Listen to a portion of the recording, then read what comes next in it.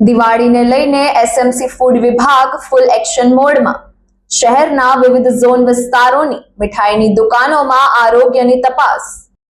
Food વિભાગ દ્વારા અલગ અલગ મીઠાઈના નમૂનાઓ લેવામાં આવ્યા।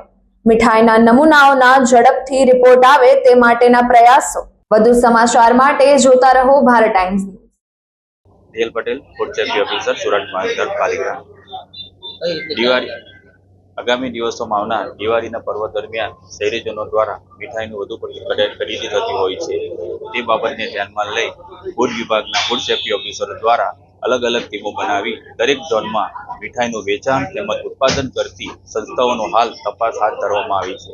આ તપાસ દરમિયાન મીઠાઈના વિવિધ નમૂનાઓ લઈ પૃથ્થકરણ સારું લેબોરેટરીમાં મોકલી આપવામાં આવશે।